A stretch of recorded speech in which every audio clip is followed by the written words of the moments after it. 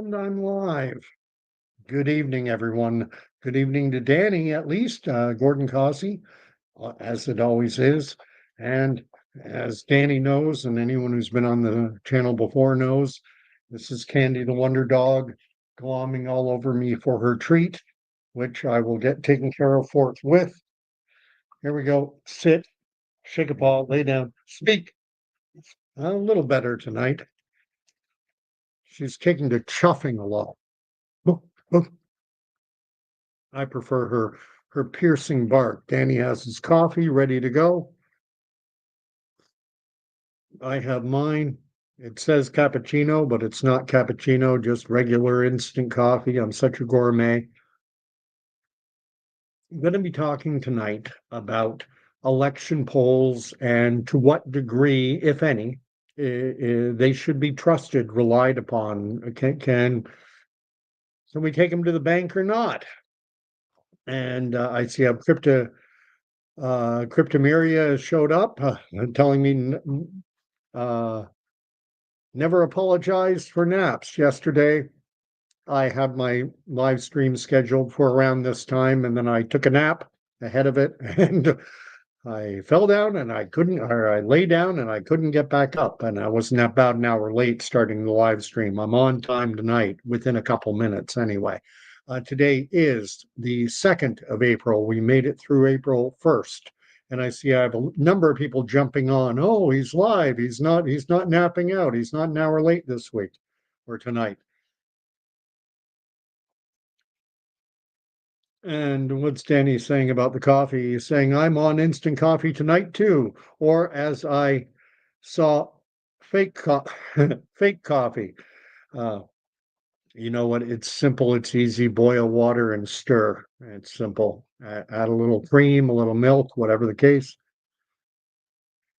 I've tried to eliminate sugar entirely, although I do sometimes throw in a sweetener because I have a sweet tooth. Uh, and John 5 is here as well. We're in the middle of this election cycle, and we're April 28th is coming up fast, just a little over 3 weeks away. Canadians will be going to the polls. I like what John 5's writing while we're on the topic of coffee. He's saying, as a student, instant coffee saved his life. Oh man, oh man, oh man. My university days, I was a coffee fiend, and then for years afterward, and it hasn't abated yet. But I remember when I went into training with the Army at one point, um, there was just no time to drink coffee. And I had noticed that if on a weekend, on a Saturday or a Sunday, if I didn't have a cup of coffee by noon, I started to get headaches. And then doing training with the Army over a protracted period, after several days, I realized that, my goodness, I'm not drinking coffee, and I wasn't having headaches. But one thing I was doing was I was hydrating like crazy, drinking water like nuts. And I think that helped mitigate any withdrawal, because I think that's what happened to me is I got used to having 7, 8, 9 cups a day. And then I'd go a weekend would come, and noon, 1, 2 o'clock, and I wouldn't have had a coffee the whole stretch. And I would start to get headaches. And uh, I don't know. And when it comes to health, I have no advice for anyone. Obviously, I'm not qualified, and we all know the way YouTube is. But it strikes me that I keep seeing one study saying that coffee is bad, and another one saying that coffee is good.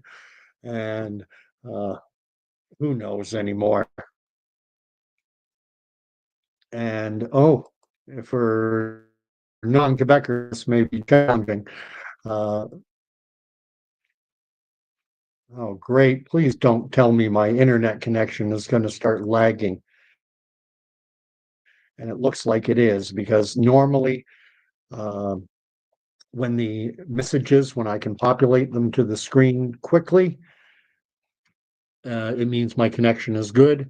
When it lags, when I can't get them populated right away, that means it's my internet connection is lagging. Anyone new to this station, I'm just your basic ordinary average guy in southeastern Ontario. Uh, the picture of the CN Tower in the background notwithstanding, I uh, I live about an hour and a half, about 150 kilometers east of downtown Toronto. But Danny's writing that my coffee mug for Cégep, which is kind of like college, it's after high school, uh, was a super Tim mug, holds four medium double doubles. Oh, I love the people who drink triple triple. Uh, and I always ask them, do you want some coffee to go with your cream and sugar? Triple triple. At any rate, that's a good springboard into a conversation I had today with Wendy. Wendy's a girl who works at Tim Hortons, a woman. She's probably getting around my own age. And I started talking to people today about the fact that gas prices have dropped significantly down to a buck 30 ish in my area from up in around a buck 50. There was 17 plus cents of carbon taxation on gasoline, on a liter of gas, a liter of unleaded. You're paying 17 cents plus in carbon taxation. That was the carbon tax, and then the HST applied on top of the carbon tax, paying a tax on top of a tax. So it's gone down from a buck 50 or so down to in the buck 30 area in my location, right in Ontario. And so I remarked on, hey, it's nice seeing gas down around $1.30. And then I punctuated it by saying, and we can thank Pierre Poilievre and the Conservatives for that. And she said, how so? And I said, because Pierre Poilievre made carbon taxation a major campaign issue, and it forced Mark Carney to remove the carbon tax, to take it down to 0% ahead of the election. But if he gets back in, he's promised he's going to jack it back on. He's going to put a new form of carbon taxation directly on oil and gas companies, and then they will just build it into the price, and we'll probably go to a buck 60, a buck 70. And then Wendy, what she said to me is, isn't Pierre Poilievre in Trump's back pocket?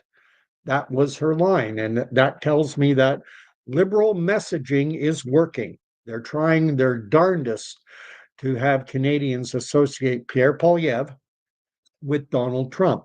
And that is a tough battle that's a tough hill to climb.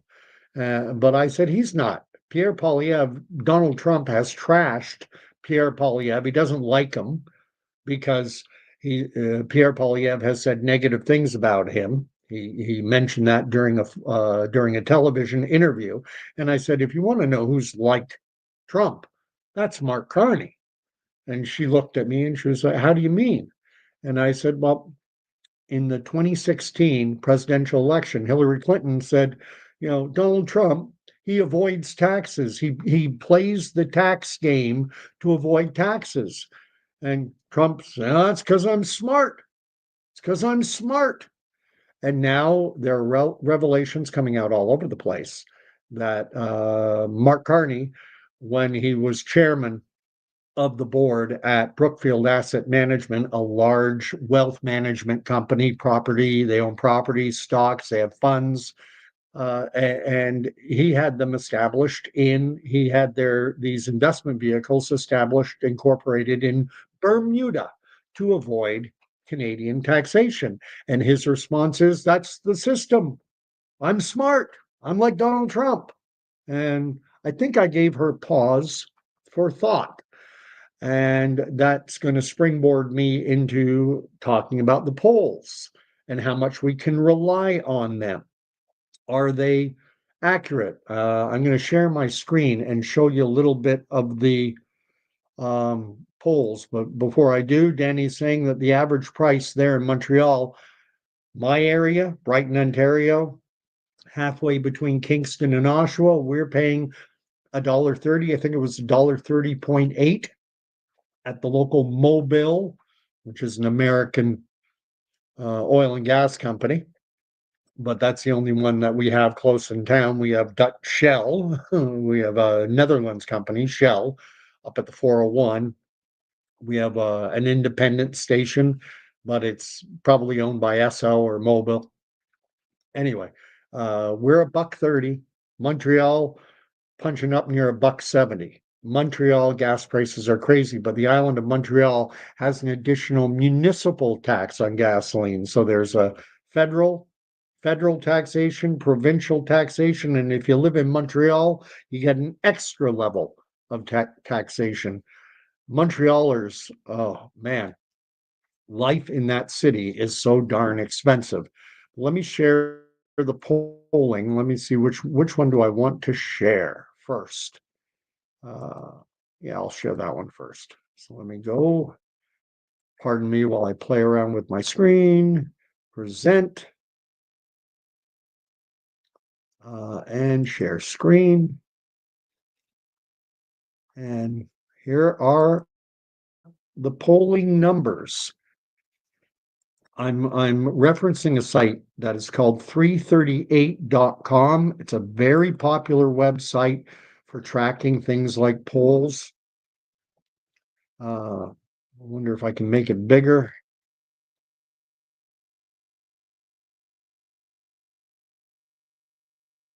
See how that's showing on the screen. That seems to be showing a little better. I do have some technical skills. I do know how to hit Control Plus to make a screen bigger. So let's take this up to the top, and we'll just look at the polls from the 30th to the 31st. So, within the last 3-4 days. And we have Nanos, their most recent poll from March 31st has the Liberals out 45 to 38. Main Street, 43 to 40%, much tighter. Palace Data, which I've never heard of, they have a big lead for the Liberals, 45 to 36. It's a 9-point spread.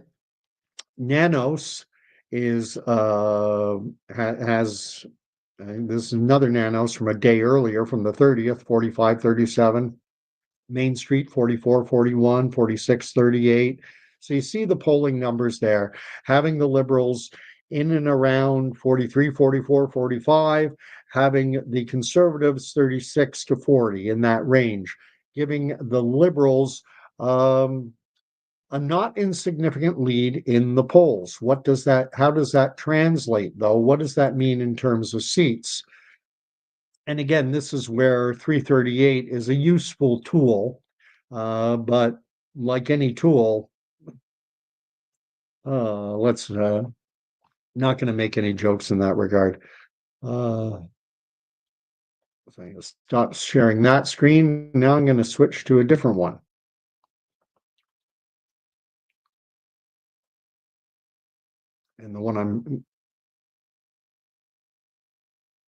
And this will be the electoral projections based on that polling data.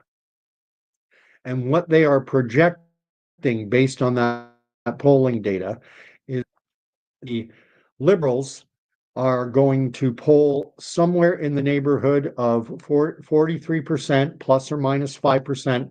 And their seat projection, how many seats will that translate into? They say the data suggests somewhere between 167 and 222 seats, and with 172 being what is needed for a majority, and they peg them to get 193 between the two extremes, but closer to the high end, 193. The Conservatives, by contrast, they forecast them to get 99 to 148 seats, with they're saying their projection right now is for them to get 125. I don't know how many seats the NDP is going to get, but it doesn't look like they're projecting any seats for them. For the Bloc Québécois, oh no, they do. They project 7 seats for the NDP and 17 for the Bloc Québécois, and 1 lonely little seat for the Green Party of Canada. And a lot of the support that the Liberals have garnered has come at the expense of Jagmeet Singh and the NDP. So I'm going to stop sharing my screen there. And I realize that's for a conservative-minded Canadian, that's distressing news. But I'm going to give you pause for reflection and a reason for hope, and that is this: Pierre Poilievre has been going to, I believe it was Kelowna or Surrey. I think it was Surrey, BC, not Kelowna. Massive rallies in Surrey. He just had one in Moncton. He had one in Hamilton. He's been cramming people in to arenas and what one place looked like an airplane hangar or something like that. And there are thousands of people coming out to see Pierre Poilievre. Then you contrast that with what you see Mark Carney, the crowds he's drawing. Mark Carney is having trouble filling a little British pub. And Mark, he's the Prime Minister of Canada, and he's having a hard time getting even 100 people out. Poilievre is drawing thousands in places, important places like Hamilton, Surrey, BC, battleground areas. I want to see Poilievre really pound the outer rim of the GTA. I really want to see him hammer Mississauga, Vaughan, Pickering, all around the GTA, because that is where I am convinced this election is going to be won or lost. Not in the urban city centers, not in the rural areas, but in the what the French. I like the French language, le banlieue, the outlying region, banlieue. I just like the way that rolls off the tongue. And l'arrondissement is another way they put it. The conservatives need to pound those areas. If I was offering advice, not that it'll ever happen, but if Pierre Poilievre or his handlers ever called me, I'd say pound the heck out of the 905 region. That's what the area around Toronto is often called, the 905 area code region, or in Montreal, the 450, and hammer them. But the thing I want to point out with respect to the polling is, and most will be aware of this, your phone rings. It'll either be an IVR, that's short for integrated voice response. Thank you for agreeing to be polled by Nanos Research or Main Street or Leger or whatever, Angus Reid, whatever the polling outfit is. If you are planning to vote Liberal in the upcoming election, press 1. If you're planning to vote Conservative, vote 2, NDP 3, and on down the line. And that's one way polling is conducted. Another way that polling is conducted is there's actually a live operator. Hi, my name's Bill. I'm calling from Nanos Polling Research. We're doing a poll on the upcoming election, April 28th. Would you mind participating? Sure. And then they ask, which of the federal parties are you planning to vote for in the upcoming election? And I do not believe in most of these polls, I don't think in any of them, they're asking people about the depth or the conviction or their degree of enthusiasm. Are you strongly supporting the Liberals, somewhat supporting the Liberals, marginally supporting the Liberals, and likewise with all the other parties? No, it's just simply which party are you supporting? And the fact that Mark Carney is having trouble filling a little British pub tells me that his support is not strong. Yeah, I guess Liberal. I guess Liberal. The CBC seems to like him. I guess I'll say Liberal. But is someone committed to actually getting out on voting day and casting that ballot when their support is wishy-washy? When a candidate is drawing thousands of supporters to his rallies, as Pierre Poilievre is, that his supporters are committed, that they're likely, committed enough to donate money, to donate time. Political campaigns require a lot of effort. There's a lot of things that go into a political game, to a political campaign. And one of the terms you'll often hear is ground game. Which party has the best ground game? And the way ground game works is going around door to door, knocking on doors, handing out pamphlets, and identifying support. because what you want to do as part of this is sometimes called canvassing and going door to door, is you want to find out who your supporters are, who will put a lawn sign up. And if people agree to put a lawn sign up, you're pretty darn sure they're going to vote for you. Then you take note of their name. And then on voting day, on April 28th, as people have their names checked off the voter registration list, someone who is called an outside scrutineer will come in, look at the voter list. They are allowed, all the parties do this, look and see if there are any of those individuals who are identified supporters who haven't voted yet. So you got Bill Simpson, and he's an identified supporter, and you go to his polling station, you notice that his name hasn't been crossed off. Then you get on the phone with the campaign headquarters and you go, yes, we've got three names, Bill Simpson, Mary Simpson, and Joe Schmo. Haven't voted yet. They're identified supporters. Great. Then the party itself, if they have a phone number on that individual, will call them up, say, hey, Joe, it's Gordon calling from, you know, Philip Lawrence campaign office, your conservative candidate. We noticed you hadn't gotten out to the polls yet. Are you planning to get out to vote? Oh yeah, gee, I forgot. Dang, I can't get there. My wife's got the car. That's no problem, Joe. We can have someone come and drive you to the polling station. I've done this myself before in political campaigns. I've been involved in political campaigns going back to the time when I was 13 or 14. So I know the game, and I have worked with four parties in this country. I'm your typical, there's an old saying often attributed to Winston Churchill, although there's nothing definitive that says Winston Churchill even actually said this. However, it's a great quote. And whether he said it or not doesn't take away from the fact that it is a good quote. And the quote is this: if you're 20 years of age or 18 years of age and you're not a liberal, you have no heart.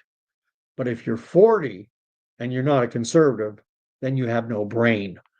Um, Although in fairness, there are a lot of seniors, a lot of elderly Canadians are looking to the Liberal Party because the Liberal Party is the big brother party, the party that will look after you, the party that will hold your hand as you cross the street. And as people get older and more frail, it's younger individuals who tend to be more entrepreneurial in spirit, more risk taking.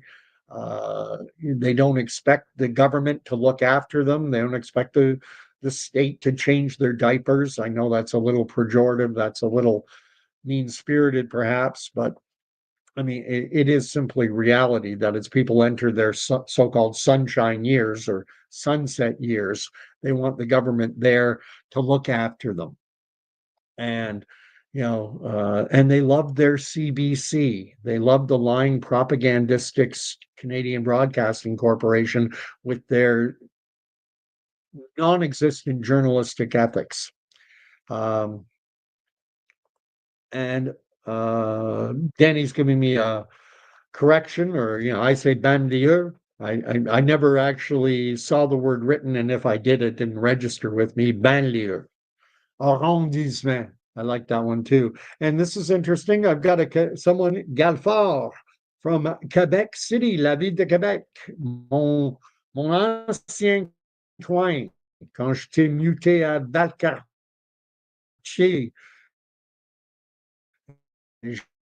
j'habitais dans le coin de Val-Valaire. Oh, Galfard is actually not in La Ville de Quebec. He's in Lévis. That's on the south side, across the bridge, across Pierre Laporte Bridge. Am I remembering that right? I think the airport's Jean Lesage and the Le Pont Pierre Laporte, if I remember well. I used to go across, that was my drive. I'd drive along the 20, come across the bridge, up the Henri IV, past Saint-Foy, and on into Val-Valaire. So seems I'm getting a number of Quebecers, and I used to be one for a short time. I lived in Quebec City from 2011 to 2015. J'ai habité dans la ville de Québec entre 2011 et 2015. I did a video recently en français. Got to do another. It's hard because I haven't had to speak French on a daily basis since 2015. I was there 2011 to 2015. I got my Quebecois on pretty darn good for an Anglophone. I'm an Anglophone pure laine, Anglophone de souche. On England, Ireland. So my ancestry is England, Ireland, Scotland, Wales. So how French got mixed in there, and it's an amazing language, and I love it. What's Galfard is writing, we both speak French, but we are on an English channel, so I will continue to speak English, even if my English is bad. God bless you. God bless you. And I find Quebecers, les Québécois, that's Quebecers in French is Québécois, Québécoises, are amazing. They are respectful. 99.9% of the time, when Quebecers come into Ontario, come into my area. I live near a place called Presqu'île Provincial Park, very popular with Quebecers. I think they look at it and go, Presqu'île, it's a French name. Let's go there. But when they come here, they recognize that this is Ontario has one official language, English. And so even if they don't speak it well, they speak English. I wish there were, I know there are too many Anglophone Ontarians, Anglophone Canadians who go to Montreal, who go to Quebec City, and too often have an arrogant look. It's an English country. Speak to me in English. I know you understand me. Give it an effort. Bonjour, mon français n'est pas très bien. Est-ce que vous parlez anglais? And just the effort is appreciated a lot of the time. Just make the effort. One day I'll do a video on French-English relations. I feel I'm somewhat uniquely qualified to talk on that because I've lived in both. Les deux solitudes, the two solitudes. But anyway, and Danny's saying we go back and forth on here sometimes, and we do. Franglais, Fringlish. And I wish, and I apologize for this, but my connection's is a little slow. I live in a rural area. And let's just see what Galfal is writing. I know you made a French video. This is when the algorithms show you. Wow. So I'm going to have to do another one. I have someone else here. LJ is talking about the polling and that the polls are abysmal. Though when you see the turnout at Pierre's event, it seems like there is hope. There is hope. And that's the point I was driving home. It's the fact that Pierre Poilievre is able to draw thousands to his rallies, while Mark Carney, by contrast, has trouble filling a pub, a British-style pub bar. That tells me that liberal support is a kilometer wide, but it's only a centimeter deep. It's not strong support. The roots don't go down. Poilievre's supporters, that 37% or whatever it is solid, is rock solid. And these individuals are going to get out and vote, and they're going to be motivated to engage in conversations like I did today at the Tim Hortons with Wendy there that I started my video talking about, saying to her, see the price of gas? Damn, that's nice. Thank you, Pierre Poilievre. Thank you, Conservative Party, because it was Pierre Poilievre and the Conservatives who made carbon taxation a central key focus of this election. And Mark Carney was forced to respond. And what he did is a cynical little game where he's removed the carbon tax for now. He's taken the carbon tax down to 0% for now, with the promise that he is going to reinstitute a new carbon tax if he gets reelected. If he gets reelected. If he doesn't get elected, then we can hold Pierre Poilievre's feet to the fire and tell him we voted for you based on the fact that you're done with carbon taxation. Mark Carney who's Mr. Financier, Mr. Economics, thinks that he is an expert on climate. He thinks he has a PhD in environmental science. He is way out of his lane. He is not qualified to talk on a subject like climate change or global warming. It's outside of he doesn't have the background to talk on it. Stick to your lane, Mark Carney. How to avoid taxes by setting up your Brookfield property, your Brookfield funds down in Bermuda so you don't have to pay taxes in Canada. Stick to your lane. How to move Canadian jobs from Toronto to New York City when you were chairman of the board at Brookfield, and don't lie about it and say that was done after I left. Yeah, you sent the letter to the shareholders advising them to vote in favor of what you proposed, moving the jobs, Canadian jobs, from Toronto to New York City. Stick to what you know, Mark Carney, rubbing elbows with Ghislaine Maxwell, partner in crime of Jeffrey Epstein. Stick to what you know, Mark Carney. I really have no use for Mark Carney. I should, though, in fairness, to be kind, say something nice about him. Apparently, when he was in that little pub with a few dozen supporters around him, because he can't fill an arena, he can't take an airplane hangar and cram it with thousands of people. It would be empty. Optics are everything. Optics are everything. If you know you're going to have 150 to 200 people come to your event, then what you do if you're a campaign director is you book a venue that only holds 100, where standing room is 150. You want to line up outside, and then when your candidate stands up to speak, he's got a packed in crowd. It's good optics. It's good for the press. You will notice when the mainstream media covers Pierre Poilievre's events, they don't show you the crowd. And they're doing that on purpose. This is part of our propagandistic media. This is what they do. They try and frame the narrative. When they show Mark Carney in the pub, they span around to show you, and it's a pub. It's tight. British pubs are not big, so it looks like a decent crowd. When they show Pierre Poilievre, they just show him at the podium. They don't span through and show you the thousands of people queuing up to get in or cramming the auditorium. And they do that on purpose. And we have a real shot at maybe even a majority government and sending Mark Carney back to Europe.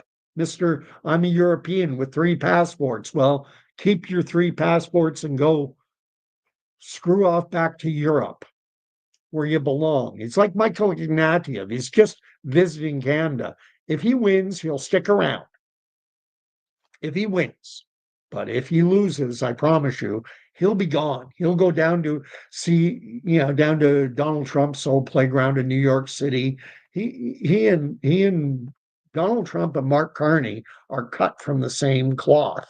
And these are the things that conservative-minded Canadians, these are the conversations we need to have with friends, neighbors, colleagues, everyone. Yeah, just casual conversations. And a great opener is look at the price of gas if you're in my native Ontario. Look at the price of gas. Thank you. And we got another. Mayor, haven't seen you for a bit. Good evening as well. Good to have you back. Love these live chats. And Galfard is writing that don't forget that 65 plus people are the one voting Liberal and they don't show in rallies. That's a good point. That is a good point. And thank you for pointing it out. Is that, obviously when someone gets into their 60s, 70s, 80s, mobility issues, transportation issues, people get into their 70s and 80s, they can't get around as easily as they did in their younger days. So that is a fair point. the thing is, and the one thing is, people in their senior years do vote in higher percentages than younger Canadians. The 65 plus crowd, it's the voter turnout in that demographic is, I don't know the numbers, but I would imagine it's 65, 70, 75%. Whereas when you get down into the 20 somethings, the 20 to 30, it's probably 25, 30% vote. Then 30 to 40, you might get up around 40%. You get up into my bracket. I'm coming up to 60. I'm getting there. 58, going to be 59 in July. My age bracket, we're, probably 50, 60%. But when you get to the seniors, we're all worried about their pension checks and their rebate checks and this check and that check. Oh, got to get my CPP, my OAS, my GST rebate, my carbon tax rebate. Oh, the government's giving me lots of money. And they vote. They vote. So thank you for that, Galfor. Mayor is writing, polls are great. We'll bring out more people for PP. There's Pierre Polyev. There's two ways to look at that. One way, one suggestion among political science types, like professors of political science and such. One side of the equation will say that polls that show your party down can have a diminishing effect on voter turnout for your party. So people will look at the polls, and if they see that their party is down, they'll say, oh, well, there's not much point voting. Look, liberals are going to another majority. There's not much I can do about it. Why waste the time? That's one element. The other element, which is what Mayor is pointing out, is that it also perhaps can serve as motivation. Damn it, I want to prove those pollsters wrong. And we need to, conservative-minded Canadians who have had it with liberal incompetence, who've had it with Carney and his ilk. And remember, and this is an important point, bring it up to people that Mark Carney has been the top advisor to the Liberal Party under Justin Trudeau for 5 years, from 2020 to 2025. Mark Carney was his top economic advisor. And you talk about affordability issues. You talk about the fact that young Canadians, if you're living in Vancouver or Toronto, forget ever owning a home under Liberal governance. Let's see what else is being written. Galfor is writing, on that, I don't agree. Carney is more WEF than financial. We do agree, but in terms of the general perception out there, the liberal propaganda machine, which includes CBC, CTV, and Global, and TVA, Radio Canada, and Quebec, they've done a good job. If you're, for the Liberals, they've done a good job for them in terms of framing Mark Carney as the steady economic, kind of the way they used to frame Stephen Harper. However, Stephen Harper, I do not believe, was as beholden to globalist interests as is Mark Carney. And you'll notice I said isn't as beholden. When you get to that level of the political stratosphere where you're the leader of a G7, G8, G20 country, there is pressure brought to bear. There is pressure brought to bear. There are deals made behind the curtain that you and I are never aware of. And it's simply a question of in whom do you place the most trust? Mark Carney has proven himself to be an unethical individual. Anyone who rubs elbows with Ghislaine Maxwell, pass. He is on the board of directors at the World Economic Forum, which is a globalist body that is promoting this idea of a post-nationalistic world. Trudeau and Carney love to talk about they used to like to talk about post-nationalism. Before the election, the Canadian identity doesn't exist. Trudeau famously said Canada is the first post-national state where we're citizens of planet Earth, and now, in order to win an election to continue us down this Marxist path, they're wrapping themselves in the flag, claiming they bleed maple syrup. Forget it, they do not. They want Canadians to own nothing, and be happy. And Trump is making it easy on them because Canadians are far more compliant. We're far easier to lead around. We don't have, we listen to the CBC news types far too much in this country. Uh,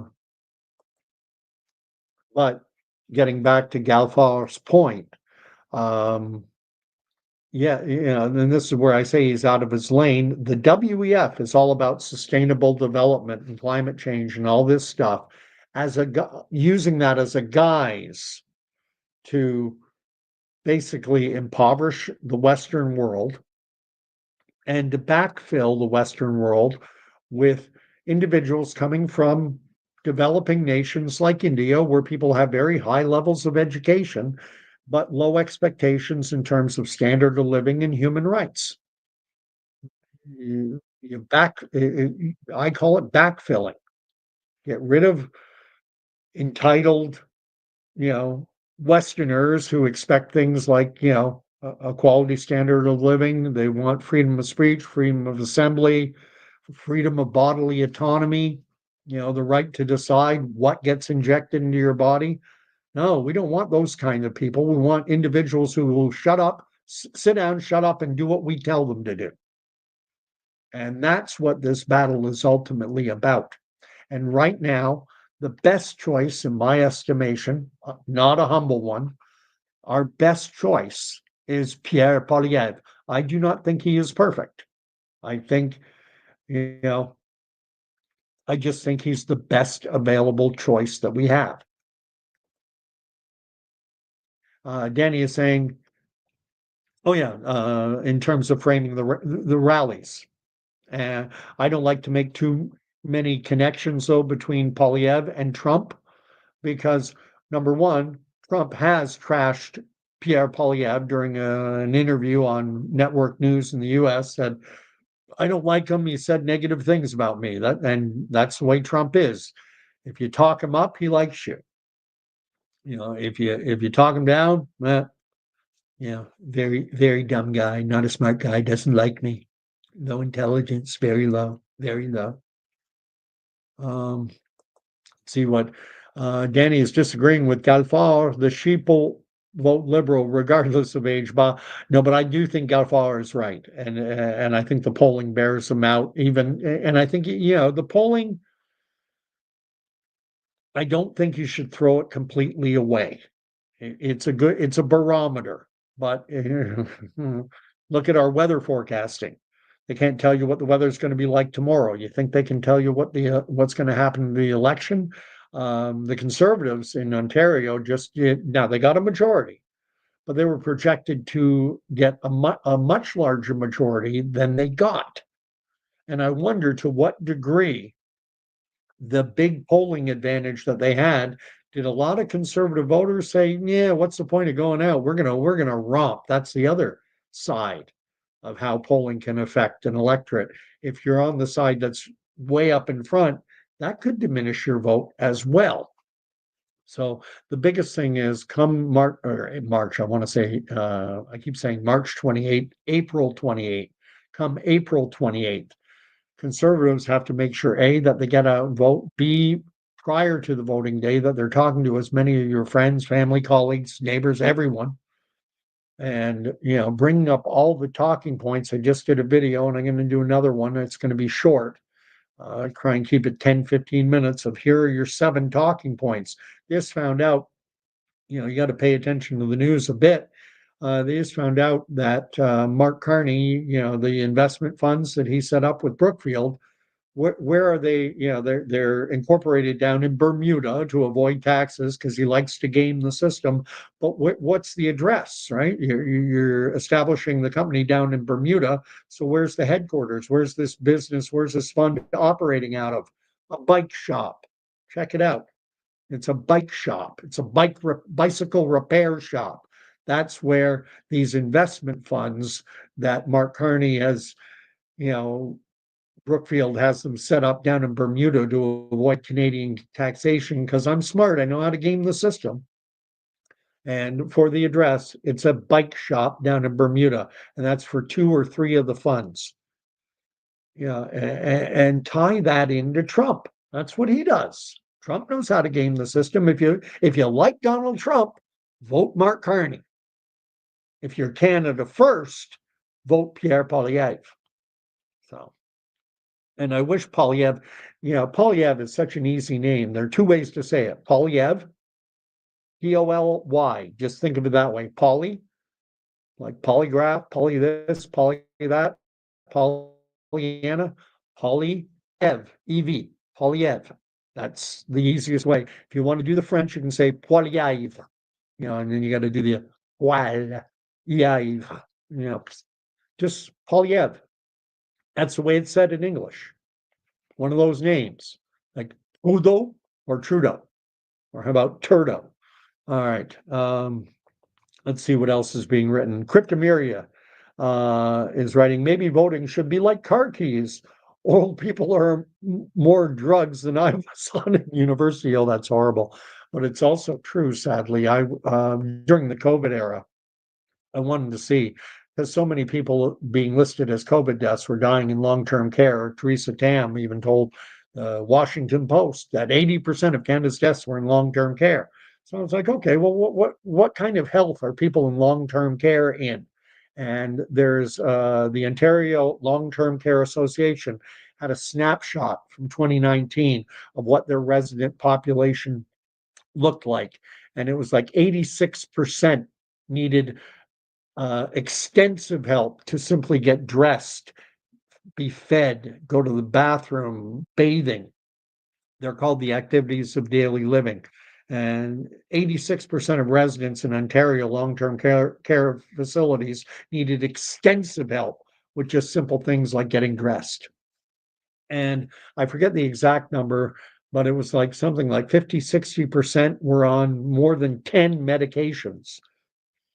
Yeah, just you're practically a drugstore at that point when you're taking that many meds. Uh, Personally, for what it's worth, the only medication I take is none. I take 58, coming up on 59.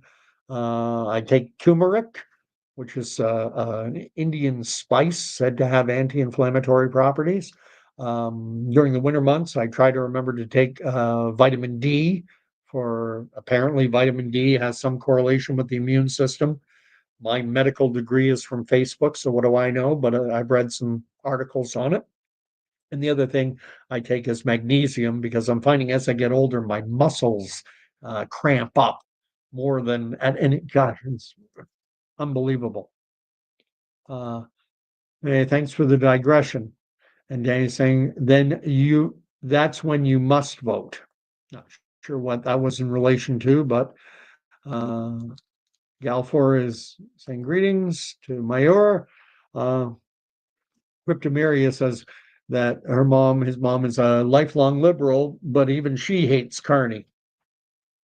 A lot of people can't stand Carney. And one of the rubs against Pierre Poilievre is that he's basically a career politician. He went right from university into the political game, but he's an incredibly sharp, and I want to say young man, and he is younger than me, but he's got an incredibly sharp mind, a very analytic mind. One of the failings that he has in the context of a Canadian election is that he's very direct, very pointed, very focused. And Canadians, we want to be nice. We want, say the nice things. And Poilievre tries. I mean, he's gone through the image consultants. They've gotten rid of the glasses, got him into wearing contacts and trying to soften up his image a bit, because he was given the nickname Skippy, and it's kind of a fitting name. He does come across as a bit of that, a Sheldon type nerdlinger. But I'll tell you, everything I can see, at least of his public persona, speaks to me of someone who is rock solid.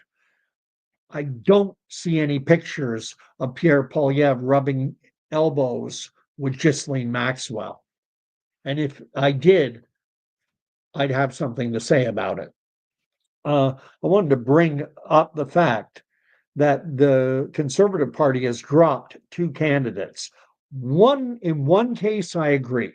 What happened was a Conservative candidate on a comedy podcast was making jokes about bringing back the death penalty in Canada and then making Justin Trudeau subject to that death penalty. And yeah, jokes and everything. And I'm a free speech guy. But when you're a public figure running for public office, that crosses a line in my books. I think the Conservative Party made the right call in getting rid of that guy and dropping him as a candidate.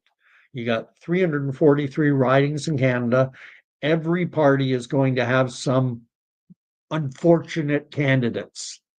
And what tells you the quality of the party is how do they respond when they have an unfortunate candidate. And I think the Conservative Party of Canada got it right in the case of this guy who was joking about bringing back the death penalty and making Justin Trudeau subject to that penalty. But they dropped another candidate, and all this candidate did was he was supportive of the trucker convoy. He has some conspiratorial ideas with respect to one Bill Gates. And there was another conspiratorial thought he had, which, if anything, we should have learned over the last 5 years is that conspiracy theories are basically spoiler alerts for the truth a lot of the time. SARS-CoV-2 virus came from a bat, jumped to a human in a wet market in China. Anyone who says it came from a lab, they're a conspiracy theorist.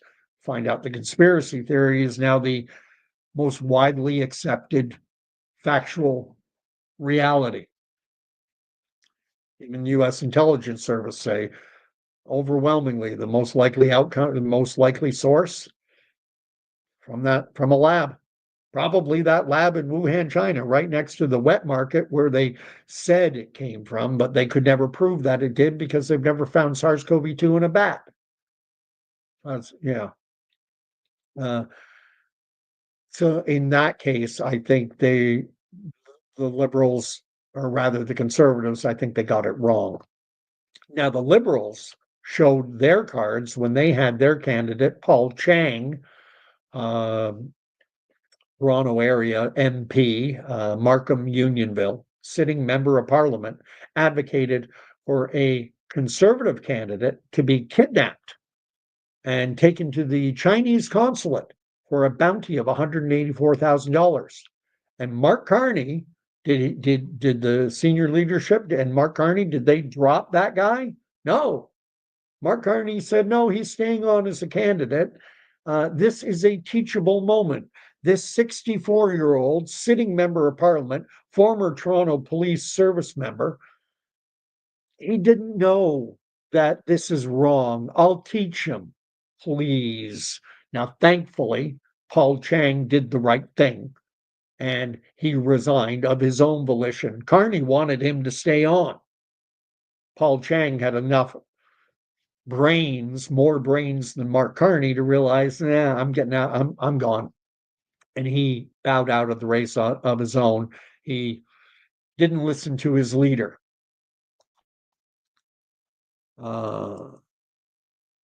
Danny's writing for Ghetto in a house in Montreal too. These issues, are English, French, rural. Housing prices are insane everywhere. What's happened in my area? I'm an hour and a half or so from Toronto. Oshawa is, like I say, it's about an hour down the road. And what you have is a lot of people in Toronto. They cash in their lottery ticket, they get $1 million plus for their house, and then they move here. And they move here and they start bidding up homes. And the wages being paid out here are not the same as what they are in the city. So the kids who are born and raised in Northumberland County, living in Port Hope, Cobourg, Brighton, wherever, my little neck of the woods for the last 10 years, kids who have born here, went to school here, work here, lived their entire life. They've been priced out of the market because people get they sell their home, cash their lottery ticket, come here, they look and they see a house. How much is it? 600,000? I'll buy two. And a kid working, making 40, $50,000 a year goes, how in the heck am I ever going to enter the housing market? You're not. Not with the likes of Mark Carney and Justin Trudeau. I mean, and remember, Trudeau was being advised over the last 5 years by Mark Carney. So there's Danny's comment. Cryptomary is saying, or likewise Victoria, and saying $1 million for a 2-bedroom, 1-bathroom shack. I've seen in Vancouver, tear downs with copper wiring and mold and fallen, dilapidated, going for $1 million. Live in a fishbowl condo. Oh yeah. And Danny loves this involuntary protein spill. That's a George Carlin line about euphemistic language. And rather than saying puke or vomit, why not involuntary protein spill? Justin also referred to us as people kind. Oh man. Yeah, and this is the thing. We've got to get this country back on track. And one of the things I love that Pierre Poilievre said is he recognized the basic fabric of reality that there are two genders. He was asked during a podcast interview with a liberal podcaster, and that's the great thing about Pierre Poilievre. He'll go into the enemy camp. He'll engage in conversation. Mark Carney won't. Mark Carney is running a shadow campaign. He chickened out of the TVA debate because he didn't like that format. They call it face to face, toe to toe, down and dirty. Not Mark Carney. He wants to be able to stick to his talking points. He wants to be able to direct his talk to the moderator. He doesn't want to go toe to toe with Pierre Poilievre, because Pierre Poilievre is sharp. Look, there are videos going around of Pierre Poilievre and Mark Carney going back and forth on during committee hearings, and Poilievre gets the best of them. Galfar is saying, I don't look that much at the polls. I watch Polymarket, and it's troubling you. What's Polymarket? I don't know what Polymarket is. And if you want to write something in French, je suis bilingue. And Danny here is more bilingual than me, so if I'm unable to translate something, Mayor likes my Trump voice. It's actually my voice a little scratchy bit. I spent time living in New York City and New Jersey, so Donald Trump, he's amazing. Okay, greatest president ever. And Mark Carney will be great. Okay, Canada, vote for Mark Carney. Okay, he and I were like this. Okay, Mark Carney and me, we're so simpatico. He knows how to game the system. I know how to game the system. We'll be great. We'll make North America great again. So Canada, please vote for. Don't vote for Pierre Poilievre. He said bad things about me. I don't like Pierre. Not a nice guy. Not a nice guy. Stay away from Pierre.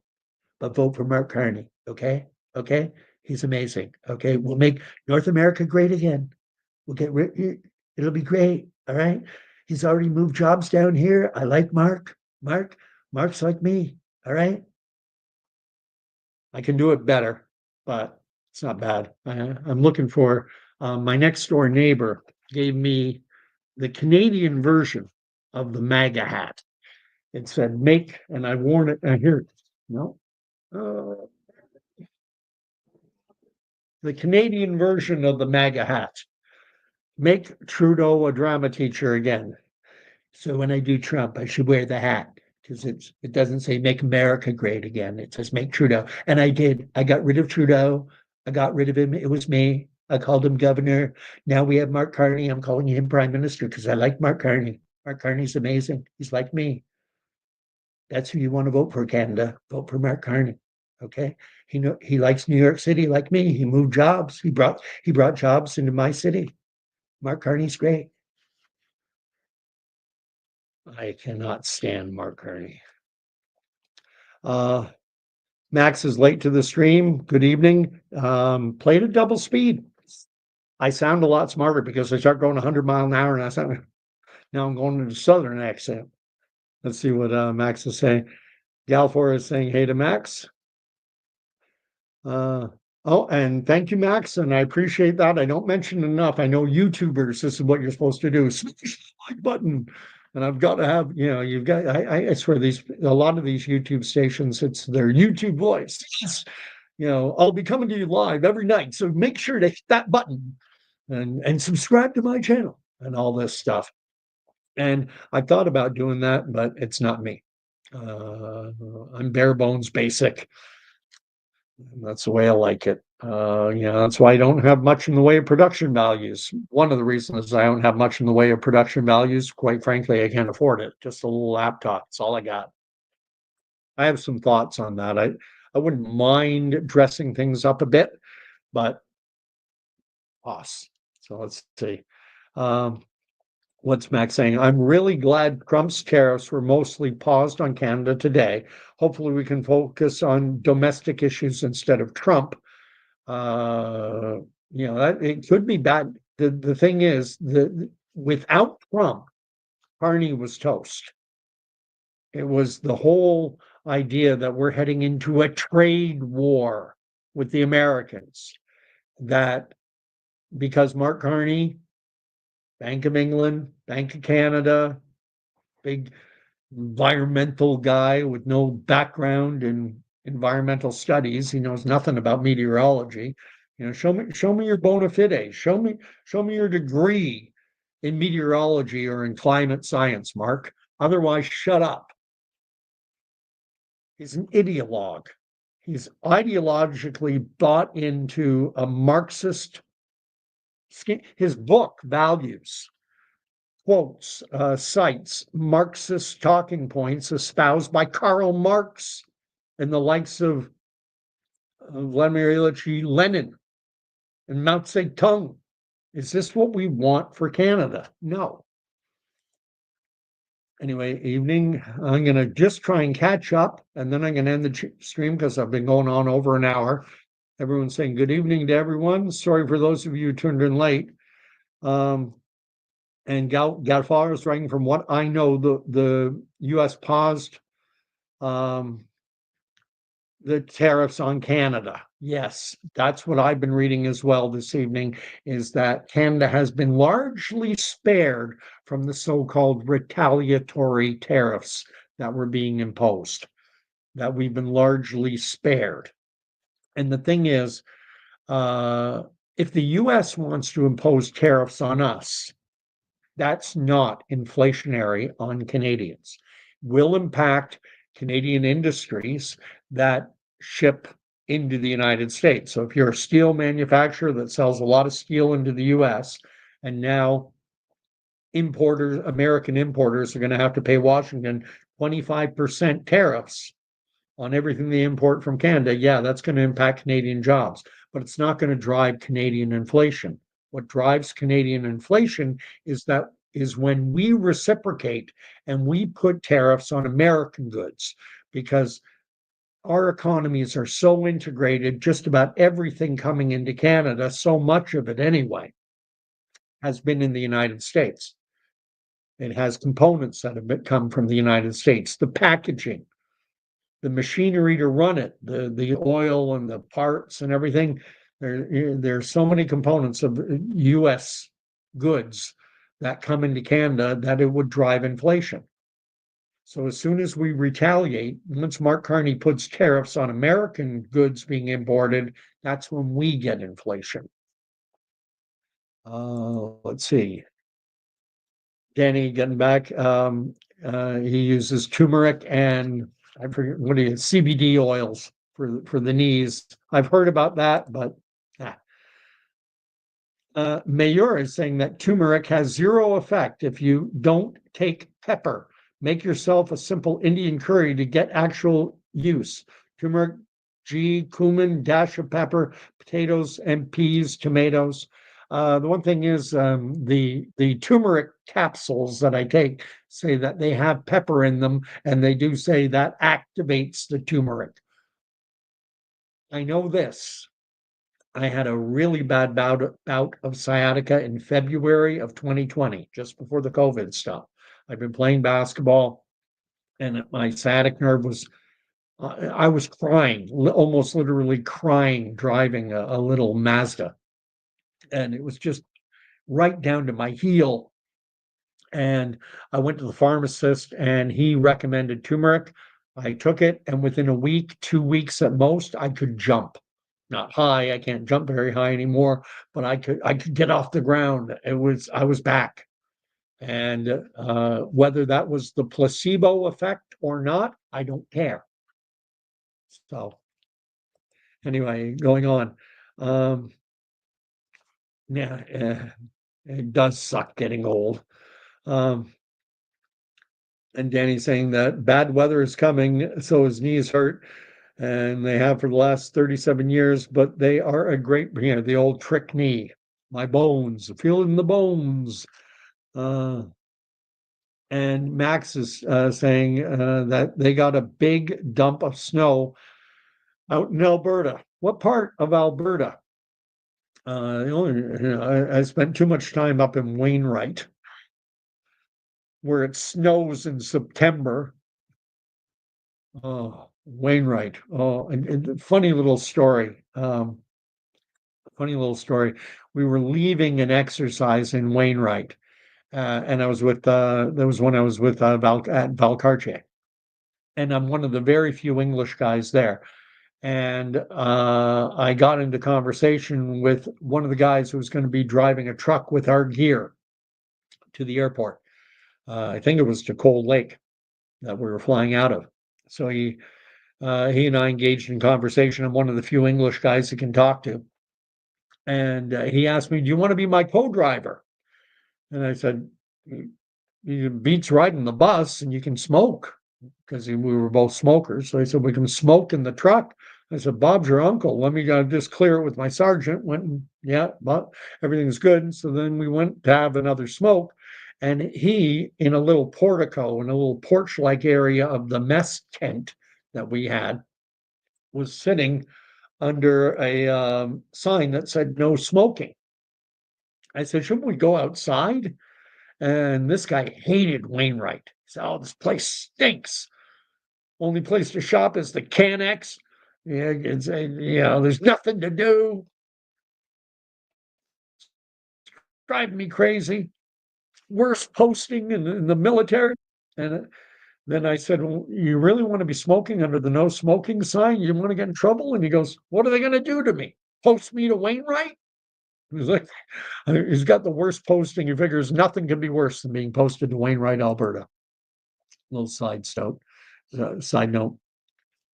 Danny's writing, we used to have capital punishment for high treason on Canada. No, I don't know if, all I know is, broadly speaking, Canada got rid of the death penalty, I think sometime back in the 70s.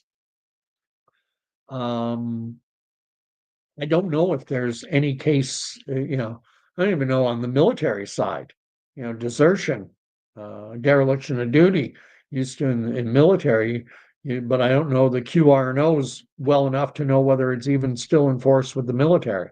But I have a hard time believing that Canada would have the death penalty for anything. And Galfor is saying, "Snow, I can't take it anymore. You live in the wrong place. Lévis, Quebec." Man, when you get up to Val Belair, it was a microclimate. And I'd be looking at the weather forecast or the weather report, and they'd be telling me it's a cold but bright sunny day here in Quebec City. Au coup de soleil ici dans la ville. And I'd look outside my window and it was a blizzard. But Val Belair is tucked up into the Laurentian Mountains. So,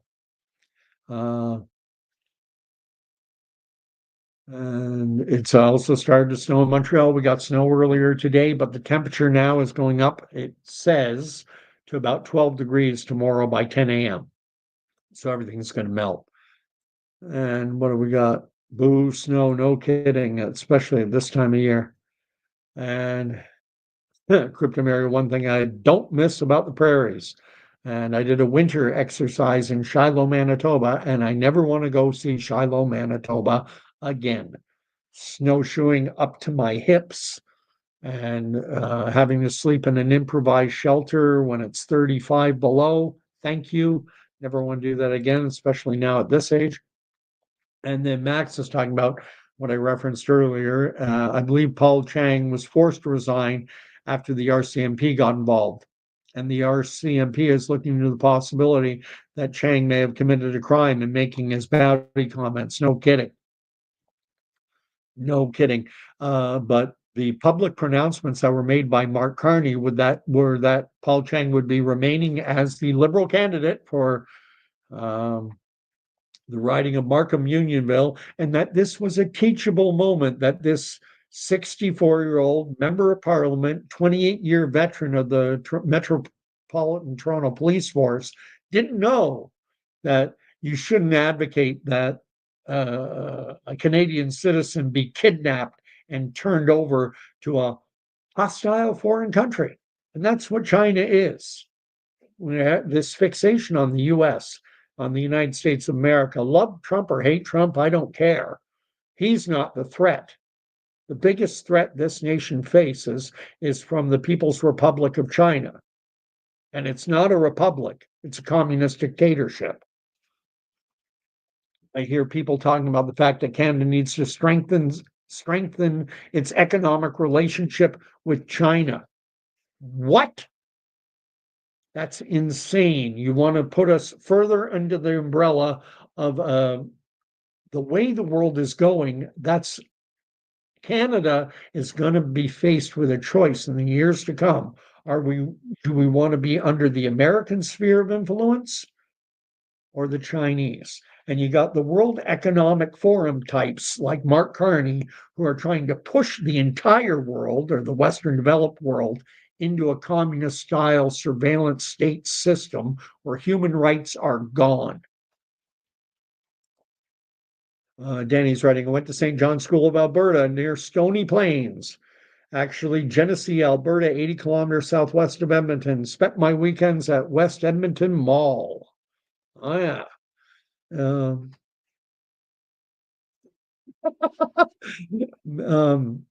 Max Power, if I close my eyes and listen to my impersonation of Trump, it feels like I'm what I never liked that show. And I honestly, before Trump entered the political arena, I never liked the guy. He's the most arrogant, self-centered, egotistical, every negative attribute you can think of. But at the end of the day, you know what? If I was an American and I lived down there for 10 years. If I was an American in November of 2024, just this past November, and I had to choose between Donald Trump and Joe Biden, and I've said it here before, and I'm repeating it now, I would have voted Trump 6 days a week and twice on Sunday, every day of the week. I mean, Biden, Trump has his flaws. The thing I hate about the political arena nowadays is that you either have to be totally in love with someone or you have to absolutely totally despise them. I was going to say something nice about Mark Carney and I got sidetracked. I'll say something nice about him. Apparently, when he was at that pub, he drew a pint of Moosehead and then refused to drink it because he's given up beer for Lent. And I can respect that. I'm a Christian. Glad to see, and Lent is not something I observe, and I think there's a lot of value to it. So I will give Mark Carney kudos for that, for observing Lent and for giving up beer. I don't know, I wonder how much of a give is it? Does he drink a lot? Years ago, a pastor friend of mine came over to the house, actually an apartment, came over to the apartment, and I asked him if he wanted a coffee, and it was during Lent, in the run up to Passover and the 40 days. And Scott said, no, I've given up coffee for Lent. And I was like, wow, that would be a tough one. That would be hard. And then I looked and I went, you want a beer? He goes, oh, yeah, beer would be great. And I thought that was great because I could give up beer. I haven't had a beer since I don't probably since Christmas time. It's the last time I had a beer. I'm not a big beer drinker. And so if I could give up beer for Lent, I guess you could say I've given up beer for Lent, but whatever. I think Mark Carney prefers champagne. That's what he drinks when he's at Wimbledon is champagne and strawberries. Uh, and uh, okay, Denny is explaining what Galfar was talking about in reference to Polymarket, largest prediction market. It covers elections too. So is that like where you can bet on anything? Maybe. And I love what Danny's writing here, and he always does. Jesus is king. So one aspect of Mark Carney I can appreciate. He injected faith a little bit into the Canadian election, and goodness knows this country needs more of it. We now only have one episode left of The Chosen, and I'm actually waiting until I've seen all of the 4 seasons that are currently available. Once I get through the next episode, then I'm done. Then I'm on to season 5, which isn't released yet, except in theaters. And I'll wait for it to stream because I'm going to be behind. Because the season 5, they put it into a part 1, part 2, part 3 theatrical release, and part 2 comes out this weekend, and I will have missed part 1, and I'm not going to jump into the middle of it. But at any rate, I'm going to be doing a video talking about The Chosen, um, addressing some of the criticism it's had. I'm willing to say this. I am a big fan of the show, while at the same time recognizing that it's got its flaws, absolutely. But then again, so do I. So do you. So we'll leave that there. Um,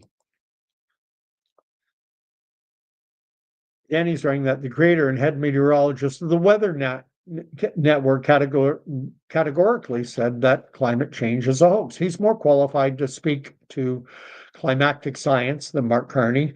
Richard Linsden, I don't know how you spell that name. I wrote it down somewhere the other night. There it is. Lindz, chair of climate studies at MIT, Massachusetts Institute of Technology, and Harvard. The chair of climate studies, not just a professor is good. This guy's the chair, the head of the department. And listen to what he has to say. Don't listen to Mark Carney. Mark Carney knows nothing about climate science. He's out of his lane.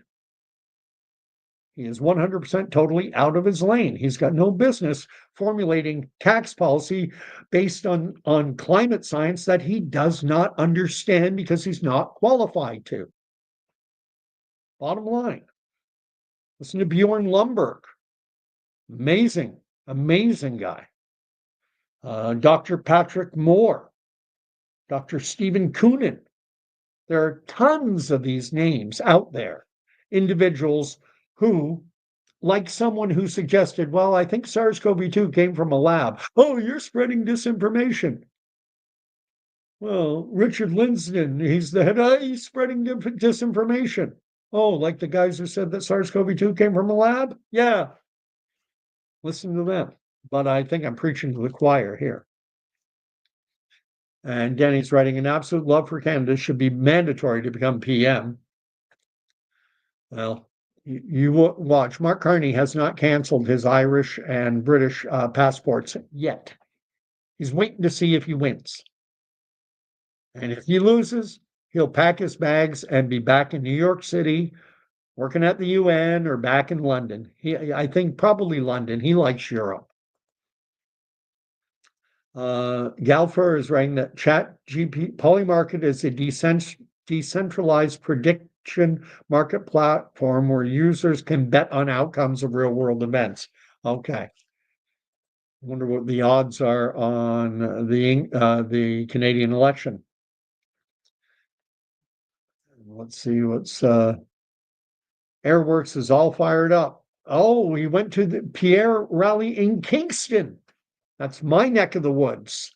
Here, how many people were there? Airworks 07. I'm going to start looking for video evidence. I had to work tonight. I worked until 4 p.m. and Kingston's an hour plus down the road. Then you get back and go to work. Whatever. Last time I went to a rally was during the COVID era. When in December of 2021, I gathered at a college in Whitby with about 1,000 people indoors, no masks, no vaccines. It was amazing. Let's see. Uh, and Danny's saying that GPT, I've never used it myself. I try to avoid engaging with AI. Don't have a cell phone. Don't use Siri. Don't use Alexa or any of that stuff. Um, I try to avoid engaging with AI, but it's impossible. Do a Google search now, and you have Gemini. You have AI is everywhere. Although, you know what? Yeah, you got to be leery today. I could be an AI generated bot. The only thing is, I sneeze and cough on my station. I don't, and I've said this before. I don't think I've ever seen an AI bot, and you can spot them. You can still spot them. Never seen them cough or sneeze or anything like that. Uh, and Airwork says about the rally that it was amazing. That's fantastic. The areas I'm going to go back to what I said near the start, though. He needs to really hammer the GTA. Got to hammer the GTA. There are so many seats out there. Danny's going to try Churchill, Manitoba in the winter, or Grand Portage, Manitoba in the summer. Oh yeah, Manitoba is crazy. It's crazy. What's the second? Brandon. Brandon's the second largest city. That's where Petawawa, or not Petawawa. Um, Shiloh, Manitoba is near Brandon, Manitoba. It's like a 15, 20-minute drive. And I thought Brandon was a lot bigger, but it turns out it's 4 or 5 cities all clumped together. And Brandon's just one of the 4 or 5. It's the main one. Oh, I could talk for hours on this stuff. What's the provincial bird of Manitoba? It's the black fly. What's the provincial bird of Quebec? It's merangouin, a mosquito. Galfer is saying 69% Carney. Oh, is that the odds? 33 for Polyev, below 1% for Jagmeet Singh, who he writes as Maserati Singh. No kidding. I love these Gucci suit wearing, limo driving socialists. And Danny's quoting, and one of his favorite quotes, he shares this many times from Ephesians chapter 6, verse 12. For we wrestle not against flesh and blood, but against principalities, against powers, against the rulers of darkness of this world, against spiritual wickedness in high places. I'll give you a spoiler alert. I've already written the passages down just on a little scrap of paper, but I want to do a faith-based podcast. And I have the hashtag TATB, talking about the Bible. And I want to look at Luke chapter 9, verses 37 to 50, Mark 9, verses 14 to 41, and Matthew 17, verses 14 to 23. And I want to juxtapose those passages, which it's the same story told 3 different ways, that passage in the Bible with this show, The Chosen, and the criticism it is getting. And, there's a book in the Bible called Ecclesiastes where it says there's nothing new under the sun. And there is nothing new under the sun. The sniping that was going on among religious people, that was happening 2,000 years ago in first century Judea, and it's still happening today. But I'm going to end off there. A little bit of a faith-based, not a diversion. This is the most important thing. because at the end of the day, whether it's Mark Carney, whether it's Pierre Poilievre, whether Jagmeet Singh pulls a miracle, whatever the case, what matters most is your relationship with the one who made everything. And the way you get into relationship with the maker of all things is through his son, Jesus Christ. So Max is saying, God bless everyone. I'll end my video the way I like to end all my videos. It's reading from the book of Numbers, chapter 6, verse 24, where Aaron is speaking over God's covenant chosen people.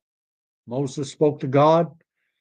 God told Moses, tell Aaron to speak these words over the children of Israel, over his covenant chosen people. And the words are these: may the Lord bless and keep you, and may the Lord lift his countenance. That's horrible. But I like to get it right. I like to get the words exactly right. The Lord bless you and keep you. The Lord make his face to shine upon you and be gracious to you. The Lord lift up his countenance upon you and give you peace. Those words would have been spoken in Hebrew. I don't speak Hebrew, so I get the English translation. Anyway, God bless everyone, and look forward to seeing you when I do my next live. And might do a short, just a straight upload, not live. Keep it short, 10 minutes, 15 minutes. The talking points to take down Mark Carney, because goodness knows, I know, if he wins, I'm praising God either way. But I want Mark Carney to lose. So anyway, God bless. Thanks for the final comments there. Amen and amen. Good night, y'all. Watch The Chosen. Jesus is King. Yeah. Look forward to seeing y'all again. Night.